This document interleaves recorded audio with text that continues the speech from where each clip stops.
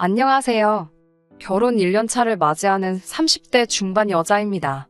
요새 들어 부쩍 우리가 과연 부부인가 아니면 룸메이트인가 하는 생각을 하게 됩니다. 남편은 어려운 가정 환경에서도 자수성가한 사람이에요. 개천에서 용났다고 할 정도는 아니지만 좋은 대학 나와서 좋은 직장 다니고 있는 그런 사람입니다. 저는 그 모습에 자기관리가 철저하고 책임감이 강한 사람이라고 생각해 결혼을 결심했는데 결혼하고 보니 아주 속이 음흉하고 자기중심적인 사람이었어요. 사람은 못 고쳐 쓴다잖아요. 여태까지의 시간이면 충분히 그 말을 진정으로 깨달을 수 있는 기간이지만 저도 무슨 고집이 있는지 이렇게 고민하는데 시간만 버리고 있네요. 가정 환경이 어려웠기 때문에 남편이 자기 부모님을 챙길 거라는 건 진작에도 예상하고 있었습니다. 저도 부모가 있고 자식된 도리로 당연히 효도를 할 거예요. 그러니 남편에게도 효도를 해서는 안 된다고 강요할 생각은 없었습니다. 단지 남편과 결혼을 결심하기 전 단 하나만 확실하게 짚고 넘어가고 싶었어요. 바로 결혼 후 시부모님 노후 문제에 대해서였습니다. 효도와는 별개로 저는 학가만큼은 하고 싶지 않았거든요. 결혼을 했다는 이유만으로 따지고 보면 저를 낳아주시고 키워주신 부모님도 아닌데 노후를 책임져드리고 모셔가며 살고 싶지 않았어요. 다행히 남편은 결혼 후에 시부모님을 모실 생각은 전혀 없다고 자신있게 대답을 했습니다. 오히려 저한테 너야말로 장인 장모님 나중 가서 모시고 살아야 된다는 말 하지 말라고 할 정도였으니까요. 저도 남편도 대리효도만큼은 하지 말자는 공통점이 있었어요. 어쨌든 남편의 벌이가 좋기는 하지만 어려운 가정 형편 속에서 새가족 생활비가 남편이 벌어온 돈에만 의존하는 건 어쩔 수 없는 일이었어요. 그래서 남편이 받는 연봉에 비해 모아놓은 돈이 엄청 많은 편은 아니었습니다. 그래도 남편이 대단한 건 그런 상황에도 1억이라는 큰 돈을 모았다는 거지요.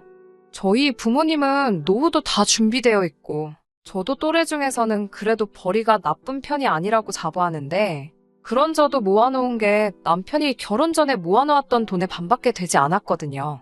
아무튼 친정부모님의 노후 대책 중에 세주고 있는 작은 상가가 하나 있었는데 결혼 준비를 하면서 친정부모님께서 그걸 정리하시고 저희가 살 신혼집을 마련해 주시고 싶다 하셨습니다. 남편과 제가 모아놓은 돈을 합쳐봐야 1억 5천 정도밖에 안 되었어서 사실 막막한 상황이었거든요. 그런데 남편이 괜찮다고 거절을 하더라고요. 우리에게 좋은 기회인데 왜 거절하냐 했더니 남편은 어느 한쪽으로 기우는 결혼을 하고 싶지 않다고 저에게 말해왔습니다. 그냥 남들 하는 것처럼 반반 결혼하거나 아니면 남자 쪽에서 더 내고 싶다고요.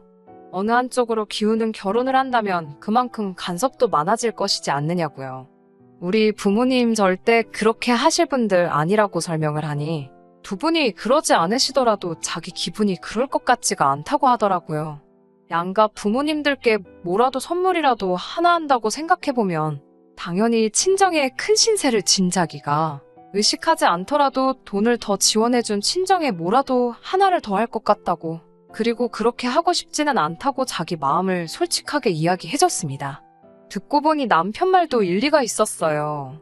사실 저도 두 분이 도와주시는 건 몸둘 바를 모를 정도로 감사했고 남편이 거절했을 때는 대체 뭐가 문제냐 자초지종을 들으려도 했지만 마음 한구석에서는 조금 걱정도 하고 있었습니다. 그도 그럴 것이 친정부모님이 정리하는 그 상가는 새도 따박따박 나오고 어떻게 보면 친정부모님 두 분의 편한 노후를 책임져 줄 가장 실속 있는 재산이나 마찬가지였거든요. 그래서 저도 남편에게 동의하고 반반 결혼하기로 결정했습니다. 그나마 제가 모아둔 돈에서 모자란 부분은 친정부모님께서 도와주셨어요. 안 받는다 손살에 쳤지만 어떻게든 제게 무언가 하나 해주시고 싶으셨나 봐요. 그래서 그것만큼은 감사히 받았습니다. 신혼집을 알아보는 과정에서 남편과 저의 의견 다툼이 있었어요. 비록 둘이 모인 돈이 넉넉한 편이 아닌지라 어느 정도 대출도 알아보기는 해야 했는데 저는 대출을 최대한 줄여서 서울이 아닌 서울 근교의 우후죽 순처럼 생기는 신도시 중에서 적당한 가격과 대중교통편이 좋은 곳을 찾아 신혼집을 차리자고 했어요. 남편은 오며 가며 버리는 시간이 가장 아까운 거라며 기어이 서울 안에 집을 구하려고 했습니다. 이런저런 지역에서 재개발 호재가 있다며 설명을 해왔는데 저는 부동산 쪽에 보는 눈도 없고 자세한 건 잘 모르기도 해서 그런 건 전적으로 맡길 터이니 투자가치 좋은 쪽으로 알아보라고 했어요.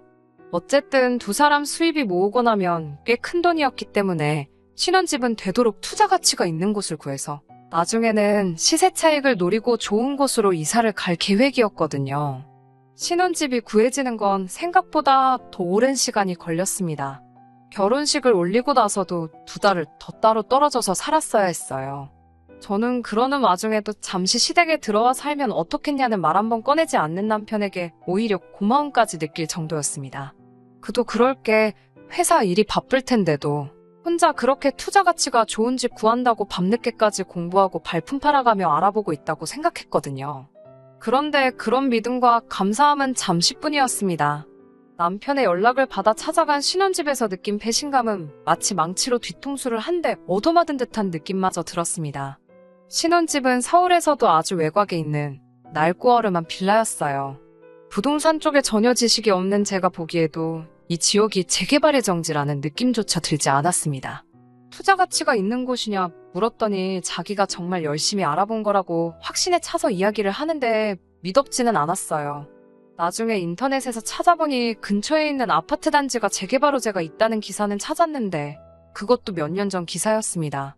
아무튼 신혼집에 들어갔을 때 저는 더 놀라고 말았어요. 신혼집에 시어머니가 계셨거든요. 순간 저는 당황했어요. 합가는 없다고 노래하던 사람이 처음 데려간 신혼집에 다른 사람도 아니고 시어머니가 계셨으니까요. 다행히 어머님은 새집 청소를 도와주느라 오신 거라고 말씀을 하셨습니다. 집 정리를 저녁까지 도와주시고 저녁으로는 간단하게 배달 음식을 시켜 먹었는데 음식이 배달되자마자 시아버지까지 오시더라고요. 조금 이해하기 힘든 타이밍에 의아해하고 있는 가운데 식사가 끝난 후 시부모님을 배웅할 때 그 위화감의 정체를 알게 되었네요. 계단을 중간에 두고 집 2개가 나란히 있는 구조였는데 시부모님이 바로 옆집 문을 열고 들어가시더라고요.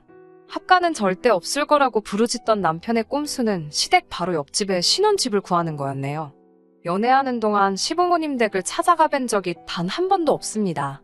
결혼 이야기 오갈 때쯤 명절에 한번 찾아뵙고 싶다고 말을 꺼낸 적이 있는데 집안 형편 어려운 이야기를 꺼내면서 낡고 허름한 게 집이라고 있는 건데 그걸 그렇게 보여주기 싫다고 몇 번이나 거절당했었거든요. 시댁의 위치를 모르고 있으니 저는 우리 신혼집에 처음 발을 내디딜 때까지도 옆집이 시부모님이 살고 계시는 집이라는 사실은 전혀 꿈도 못 꾸고 있었어요. 이럴 줄 알았으면 신혼집 알아보는 걸 저도 같이 나서서 찾았어야 했는데 잘 모른다고 안일하게 모든 걸 남편에게 맡겨버린 제 자신이 정말 멍청하다는 생각까지 들었습니다. 애초에 친정 지원을 바라지 않았던 게 전부 다 이렇게 일 처리를 하는 걸 염두에 두고 일부러 지원을 안 받았을 거라는 의심마저 생겼어요. 정말 둘만의 힘으로 자리 잡아보자 계획했던 제가 너무 한심했어요.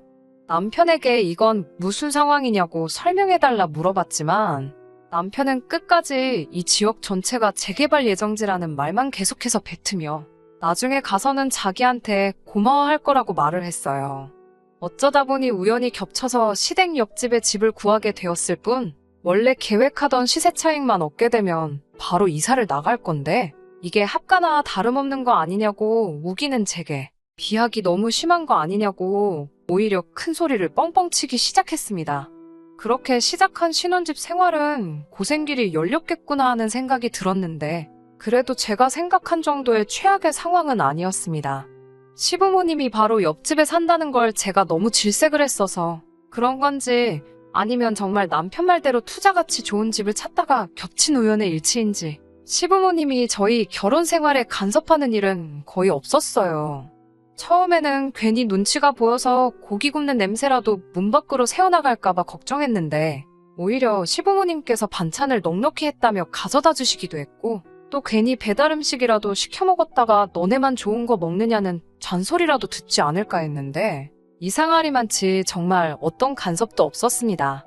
남편도 저에게 경제권을 넘겨주고 용돈을 타서 쓰는 생활을 시작했고요. 우연의 일치인지 정말 남편이 보는 눈이 좋았던 건지 신혼집 입주 얼마 지나지 않아 남편이 말한 재개발 호재가 터졌고 집값이 꽤나 많이 올라갔어요. 아무튼 내가 속이 좁은 사람인가 남편 말대로 비약을 너무 심하게 한 건가 하며 제 자신에 대해 반성까지 하게 될 무렵에 드디어 남편이 또 다른 속내를 드러냈어요. 결혼 후 처음 맞는 어버이날을 앞두고 월한도 50만 원짜리 적금을 깼습니다. 목돈이 필요하게 될 날을 대비해 저는 목적에 맞게 적금 통장을 여러 개 만들어서 관리하는 스타일이거든요. 얼마 안 되는 이자지만 통장에 돈을 묶어두고 있는 것보다는 좋다고 생각해서 그렇게 하고 있었어요. 그 적금 통장 역시 어버이날을 대비해 붓기 시작한 6개월짜리 단기 적금이었습니다. 그 돈에 조금씩 더 보태 양가 부모님들께 각각 100만 원씩 들은 봉투 4개를 만들었고요.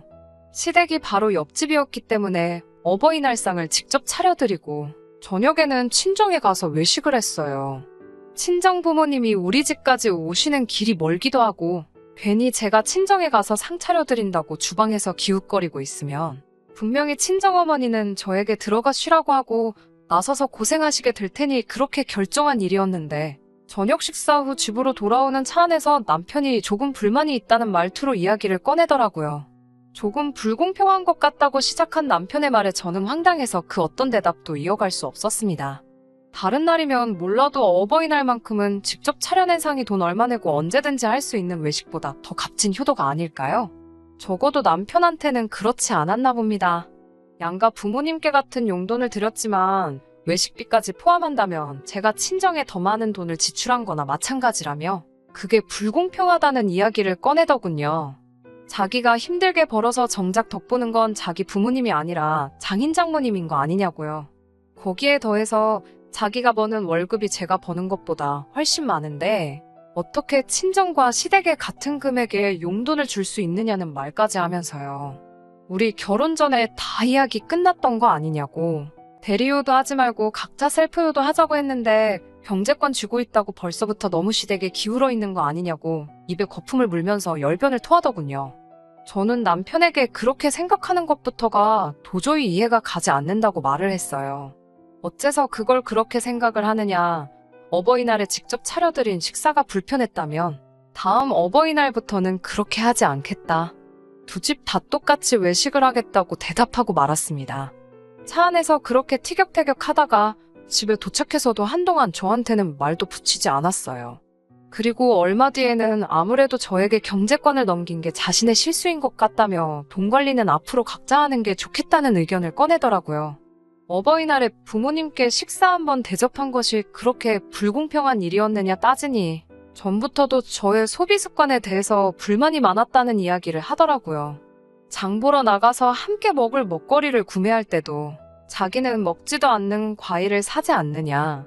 집이 크면 얼마나 크다고 로봇 청소기를 사는 것도 돈 낭비지 않느냐 어쩌냐 하면서요. 모든 남편의 발언에는 결국 돈을 더 많이 벌어오는 건 자기 자신인데 소비 자체는 항상 저를 중심으로 이루어지고 있다는 뜻이 담겨 있었습니다. 어차피 똑같이 반반 결혼한 건데 이제부터라도 각자 돈 관리를 하는 게 앞으로 우리 두 사람의 관계를 위해서도 더 좋지 않겠냐고 따지더라고요. 반반 결혼 이야기가 나와서 저도 한마디 했습니다. 나도 똑같이 나가서 일을 하고 있는데 집안일이며 식사 준비까지 전부 다 내 일이 아니지 않느냐고. 끝까지 그렇게 사소한 것까지 꼬투리 잡을 거면 당신도 똑같이 집안일하고 그때 반반 결혼을 말을 하고 돈 관리도 각자 하자고 말을 꺼내라고요.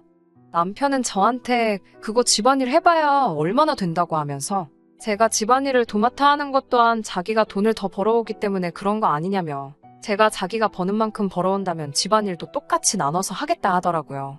더 이상 억지 부리는 걸 받아주기도 싫어서 알겠다고. 그러면 똑같이 절반 생활비 부담하고 각자 버는 돈은 각자 관리하자고 했어요.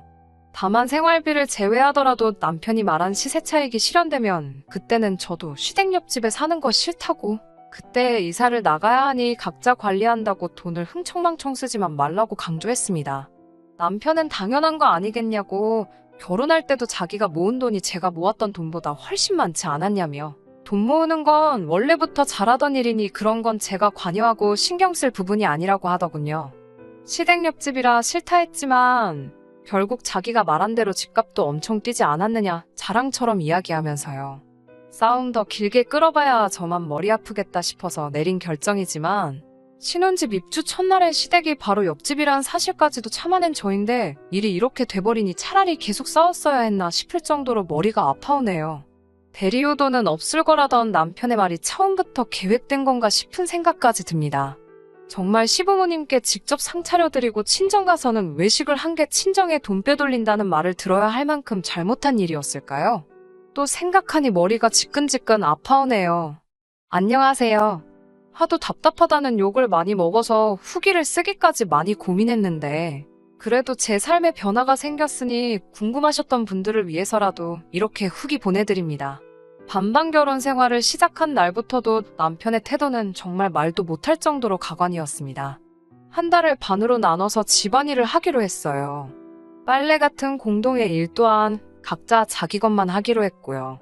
처음 몇 주 정도는 남편도 큰 소리 쳐놓은 게 있으니 군말 없이 하더라고요. 그때는 저도 반쯤 포기하고 있었기 때문에 오히려 가계부 관리며 제가 퇴근 후에 집안일해가며 신경 써서 하던 일들이 제 손에서 떨어져 나가니 익숙해지고부터는 오히려 몸은 편했어요. 집안일을 시작한 남편은 퇴근하고 곧장 쉬고 싶은데 그럴 수 없으니 오히려 더 힘들어했고요. 자기가 뱉은 말 때문에 자기가 손해를 보게 생겼으니 그거 참 고소하구나 싶었는데 어느 날부터는 빈집에 가사도우미를 불러서 집안일을 대신 시키더군요. 퇴근하고 집에 오니 집이 반짝반짝. 저보다 늦게 퇴근했는데 정리되어 있는 집안을 보고 어떻게 한 거냐 했더니 사람 써서 했다고 저한테 실토하더군요. 아무리 그래도 그렇지 빈집에 귀중품이며 다 있는데 어떻게 사람을 부르냐고 그리고 돈이 썩어나냐고 따졌더니 자기 덕분에 집값 오른 건 생각도 안 하냐면서 또 자기 돈으로 고용한 건데 돈 관리 각자 하기로 한 거 아니냐고 내가 쓸 돈 아껴가며 하는 건데 뭐가 불만이냐면서 또 큰 소리를 떵떵 치더라고요. 그런데 남편이 부른 가사도우미의 정체를 알고 나니 정말 이제는 이혼까지도 생각을 해봐야겠다는 결심을 하게 되었어요. 개인적인 볼일이 생겨 반차를 내고 집에 도착했을 때 집안일을 하고 있던 건 다른 사람도 아닌 바로 시어머니였으니까요. 집에는 어쩐 일이냐 여쭈니 남편한테 월급 형식으로 돈을 받고 집안일을 대신 해주기로 했다고 하시더군요. 외식 한번 한 걸로 친정에 돈을 빼돌린다, 어쩐다 하던 사람이 아무리 어머님이 일을 해주고 계신다지만 집안일 2주 깨작 하시는 걸로 드리기에는 너무 큰 돈을 드리고 있던 거였어요. 재개발후제 덕을 톡톡히 봤다지만 신혼집을 시댁 옆으로 잡은 것부터 저에게 숨겼던 일이고 또 아무리 자기가 번 돈으로 어머님께 일을 시킨 뒤에 돈을 드리고 있다지만 말이 좋아서 용돈을 드리는 거지. 저와의 결혼은 마치 제가 버는 돈으로 생활비를 아끼고 자기가 번 돈은 자기 부모님한테 돈 드리는데 사용하겠다는 생각 그 이상도 그 이하도 아니었다는 사실을 깨닫게 된 거지요. 남편의 뻔뻔한 변명을 듣고 있자니 이 결혼 생활에 미련을 더 이상 가질 필요가 없다는 걸 정말 뼈저리게 깨닫게 되었어요.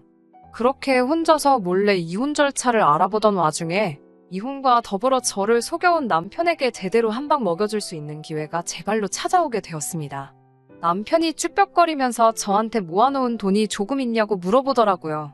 돈 관리는 각자 하기로 했는데 내가 얼마를 모았는지에 대해 왜 관심이 있냐고 쏘아붙이듯 대답했더니 저한테 무릎까지 꿇어가며 돈 좀 빌려줄 수 있냐고 묻더라고요. 재개발후제에 집값이 엄청나게 올라버리면서 글쎄 시부모님에게 전세를 주고 있던 집주인이 전세금을 엄청나게 올려버렸다고 하네요. 그래도 자기 부모라고 옆에 끼고 살고 싶은지 그 전세금을 마련해주고 싶어서 아주 난리가 났더라고요. 그 잘난 벌이로 여태 모은 돈이 없냐고 따졌더니 알지 않느냐고 자기 부모님 생활비 드린다고 모아놓은 돈이 그렇게 많지가 않다고 하더라고요. 시댁에 돈 빼돌렸으면 시부모님이라도 모아둔 돈이 있을 거 아니냐 따지니 생활비만 쓰기에도 빠듯하실 텐데 그럼 큰 돈을 언제 모으셨겠냐 하면서 치사하게 굴지 말고 어차피 그 돈 맞추려면 대출까지 받아야 하니 이번만 좀 도와달라고 사정사정을 하더라고요. 정말 오랫동안 마음속에 참고 있단 말인데 이렇게 내뱉어버리니 정말 후련했어요. 효도는 셀프로 하자고 하지 않았냐고 그런데 너네 부모님 전세금을 왜 내가 모은 돈으로 내주냐고 한마디 했죠. 그리고 이제 나도 할 만큼 한 것 같다고 내로남불 당신의 효도는 이제 더 이상 못 견디겠다고 이혼하자고 했어요. 전부터 이혼 준비를 하면서 상담을 받은 바로는 부부의 재산이 유별한 건 인정되는 바이지만 그 내용을 고의로 숨겨왔으면 그건 부부관계에 대한 신뢰를 깨트리는 바로 이혼 사유에 해당한다는 사실을 읊어줬습니다. 파탄의 원인인 남편에게 위자료 청구 소송이 가능한 건 그 다음 일이고요. 게다가 남편의 수입이 저보다 많음에도 불구하고 그동안 각자 서로의 돈을 관리해왔기 때문에 재산 분할도 정확하게 절반을 받아낼 수 있었습니다. 남편이 그 돈을 당장 마련할 방법이 없었기 때문에 집은 제 명의가 되었고요. 남편이 저에게 위자료까지 줘야 했으니 분할받은 돈 가지고는 시부모님의 전세금을 해결해 줄 수 없었습니다. 해결할 수 있었다 하더라도 이혼한 전처가 사는 옆집에서 살고 싶지는 않았을 거예요. 그래서 결국 시부모님을 모시고 어디 근처 동네로 급하게 이사를 가게 되었습니다. 어린 시절부터 살아오기도 했으니 추억이 많은 동네일 텐데 거기에 아직도 재개발 후보지이기까지 한 집을 떠나야만 하는 남편의 마음은 안 봐도 엄청나게 분하고 억울할 거예요. 그렇게 반반 결혼 외치더니 재산 분할까지 반반을 해줬네요. 시부모님이 저에게 아주 못된 뭐라고 욕을 하고 남편이 땅을 치고 후회하는 모습을 보니 이제서야 속이 후련합니다. 비록 이혼했다는 꼬리표는 제 평생을 따라다닐 테지만 그 꼬리표는 그냥 결혼 생활 1년 반 동안 부동산으로 재테크를 해서 큰돈 만지게 된 셈 치려고 합니다. 끝까지 들어주셔서 감사합니다. 오늘의 사연은 여기까지입니다. 구독과 좋아요, 알람 설정 부탁드리고 더 좋은 사연으로 다시 찾아뵙겠습니다. 감사합니다.